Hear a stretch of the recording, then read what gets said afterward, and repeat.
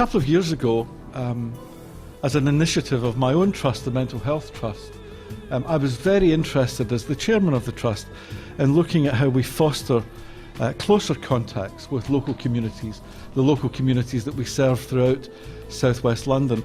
And I was aware that faith communities make up the very fabric of life in the local communities that we serve. And so, in partnership with Malik's organisation, we decided that we would reach out to these local communities to see if we could foster a better dialogue between this institutional organisation, the Mental Health Trust. Well, 2 years ago we decided that we needed to draw closer to local communities all over South West London. And so we started to visit and talk to faith leaders, faith groups and the churches within our area. And they were very quick to say that they wanted our mental health services to be more responsive. So we've had an event with the black churches, we've had an event with the Muslim community, and now we're meeting with the Hindu community. The temple here is, as John was saying, is the first fully consecrated temple in the whole of Europe. And the temples that came after have followed the same pattern of, in India and Sri Lanka, temples were there purely for the ritualistic side of Hinduism, for the worship, for the festivals, for the abhishekams and archanas to the deities, for our wedding and birth ceremonies.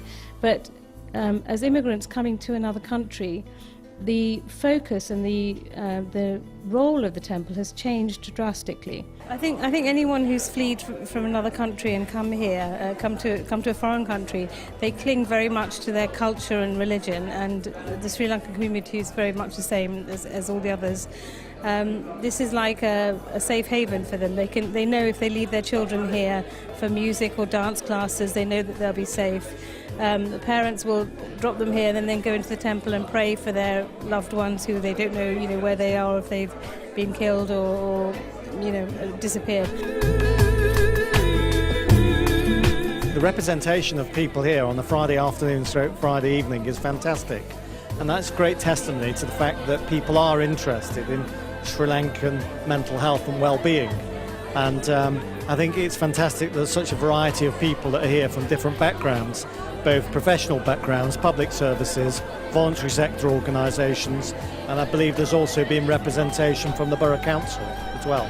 Something else that we were interested in exploring was whether or not there was a cyclical process taking place in this relationship. The lesson from coming out of this temple and the collaboration with the Trust has been that you can have local communities working with a large organisation, a statutory organisation like a mental health trust, and the community can actually get a great deal of benefit out of the collaboration and have services which are better tailored to meet the needs of the community. But it's not a one-way process. It's not a one-way bet. It's not motherhood and apple pie that it's only going to be a gain. It's a tough job. The people at the temple, people like Geeta, had a tough job in terms of negotiating what they wanted. It was tough getting what they wanted out of the Mental Health Trust. There were a lot of meetings taking place, and any community group that wants to have services and resources tailored to its needs to be prepared to be assertive, to go out there, meet people, and to negotiate for what they want. We've been on this journey now for about 2 years, and we continue to develop a relationship with communities. I think we're doing something pretty special here in South West London, but we've still got a long way to go. Programs, how to gain access to them and how to mobilize the families to come forward and get help and to become part of the services. What I tried to emphasize was that we have a lot of evidence and we have a lot of knowledge base about how trauma and events of a catastrophic nature affect individuals.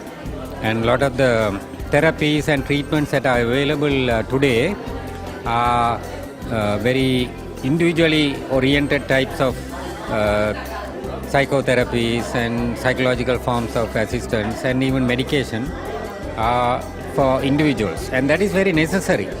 What I was trying to emphasize was that in our community like the Tamil community, and in communities that are very similar in a lot of third world countries, which are from what we call collectivistic communities, where the relationships and the networks and the families and the village is very important. There we have to consider what happens to the family also, not only to the individual and to the community. And what we find is that the traumatic events affect how the family functions, how they relate to each other, their dynamics, their hopes and values. In the same way, the community is also affected. The community structures, the community practices, the relationships, networks, they are also affected.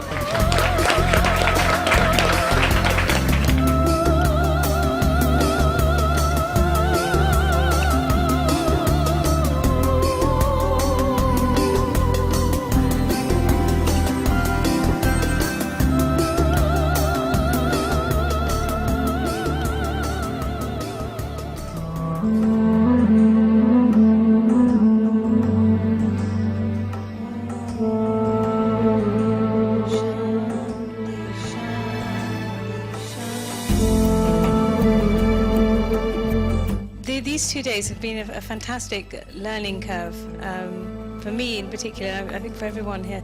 Yesterday, people were talking about the importance of environment, and yesterday when we had the first day at the temple, the buzz that was in the room was just fantastic. It was amazing how energetic. We had a large proportion of the NHS there and members from our community. But it wasn't just the quantity of people who were there, it was the quality of the people, which was more important. We had heads of department, people who could make a difference, who could make decisions.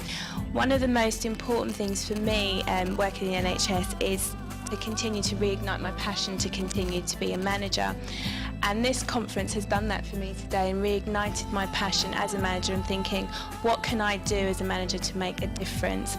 Although I was hoping to work with war victims more generally, that there was a huge need for torture victims specifically, and there was a small advert to say that 400 had returned to the Vavunya area south of Jaffna and had huge medical needs. Actually, what I have learned I've learned a lot today and yesterday as well.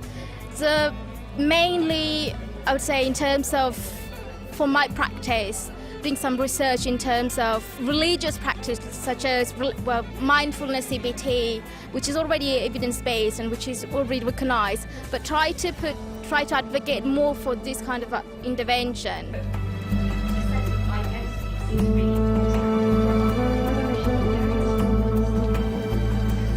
I mean, obviously, the fact that they've invited someone to represent Tamil youth is a step in the right direction.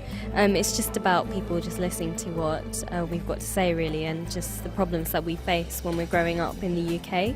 So when you've got so many people that are willing to listen, and just, people that are professional people, psychiatrists and psychologists, and so it's good to know that they actually care enough to call us to talk, yeah.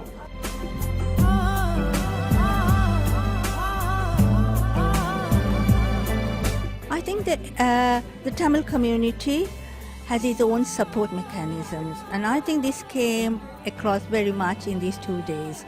I think what they need is access to very serious mental health problems, and at the moment how to identify the problem, because some of these severe mental health problems seem to be contained within the family and they do seek help only in crisis situations.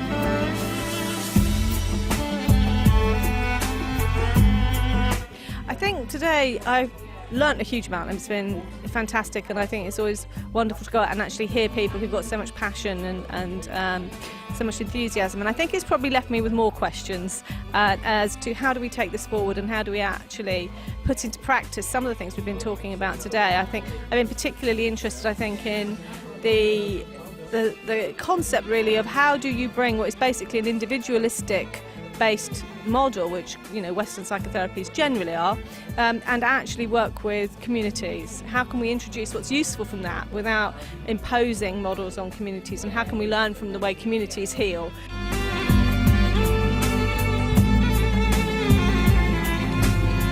And our organisation and our network is very much a partner with the Mental Health Trust in closing the gap between community groups and public agencies. How can we bring services closer to people, and how can we bring people closer to services? And over the last couple of years, what we've done is we've done a series of events and conferences and what we call co-production initiatives, where we brought communities and public agencies together to think together, talk together, share together, and hopefully what comes out of that is new ways of working.